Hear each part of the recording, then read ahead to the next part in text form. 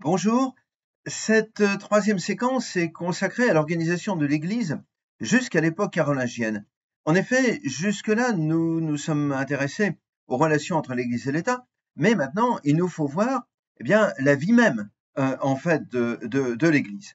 Alors, nous le savons, le christianisme s'est d'abord implanté dans les cités romaines, et puis ensuite, il va aller dans les campagnes. Et là, nous allons donc assister à la fondation des paroisses.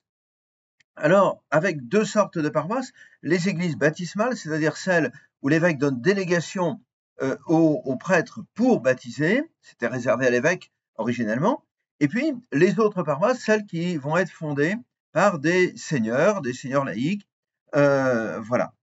Alors ensuite, à l'époque mérovingienne, l'époque mérovingienne, c'est une époque où le pouvoir central, est beaucoup moins fort. Donc, les évêques auront finalement plus d'autonomie.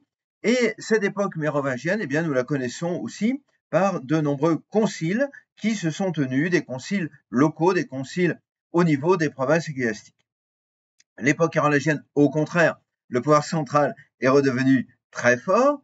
Et là, il y a notamment un événement important, c'est l'introduction de la liturgie romaine qui va se mixer en quelque sorte avec les liturgies originelles des églises.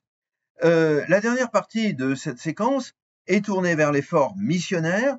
Un grand moment, c'est quand le pape Grégoire le Grand, là, autour de l'année 600, envoie des missionnaires en Angleterre. Il s'agit notamment d'Augustin de Canterbury. Un autre secteur de la mission, c'est en direction de l'Europe du Nord-Nord-Ouest, donc la Frise et la Saxe, hein, avec des martyrs. Saint Willibrord, bien connu. Moi, je ne sais pas si vous le connaissez. Il n'est pas bien connu chez nous. Voilà. Et alors, en direction de l'Europe centrale, c'est Cyril et Méthode, là que nous connaissons plus.